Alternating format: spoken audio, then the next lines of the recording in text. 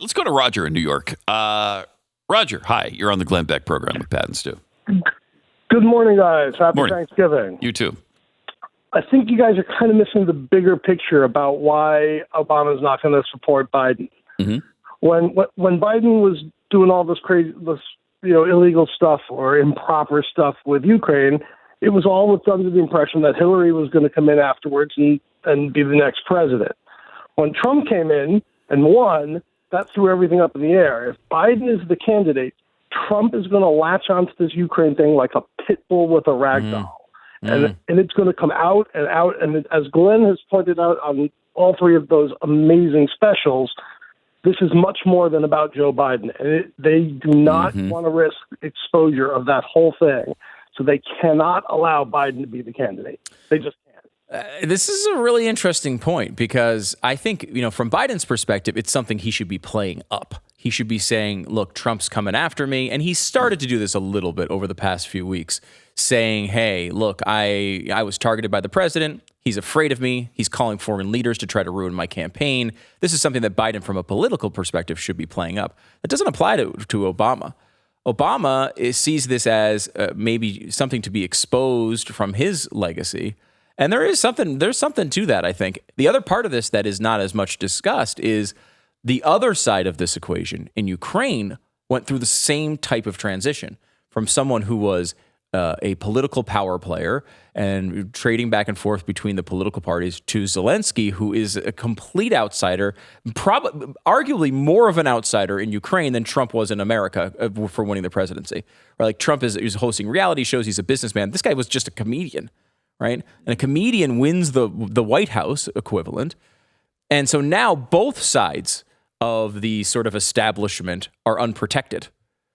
Yeah. There's no one there to run interference anymore. And I think this is an interesting point. I mean, maybe Obama doesn't want all this stuff to be exposed and doesn't want Biden to be the focus of this thing. Maybe. Yeah. Although I think this goes back further than the Ukraine situation. Mm-hmm. So I think this is an ongoing deal, but that could be a big part of it.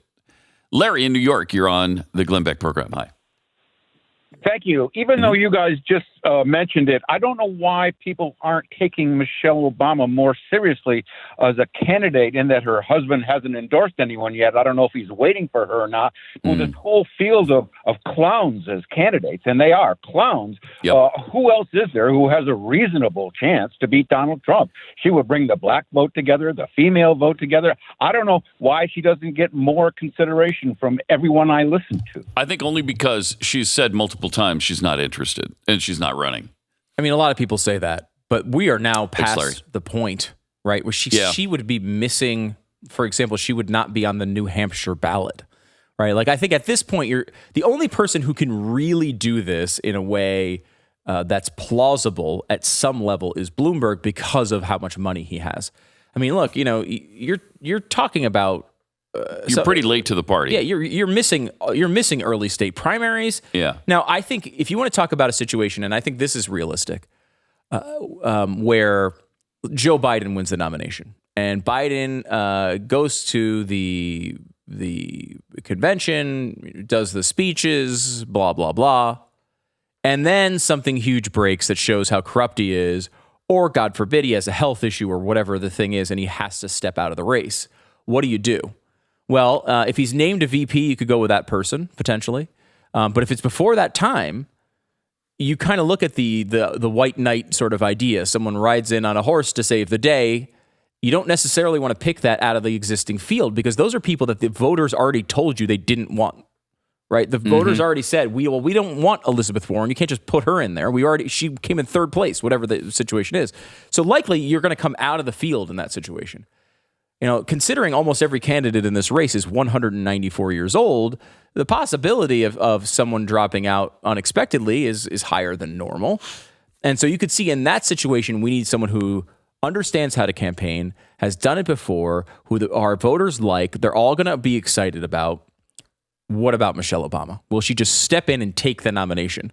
And it'll be an open convention. All the delegates would vote for her. She'd get the nomination, I think, without a question, especially in that scenario, in an emergency scenario. And then you have someone riding in with a 70% approval rating that might be able to take this thing.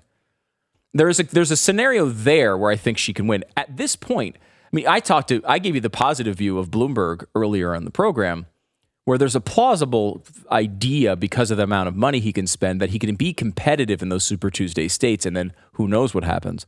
It's still a real long shot. I mean, you don't want to try to win a campaign like this. I think for the most part, they're stuck with who they've got, and they've got nobody they love. No. They don't have anybody to love.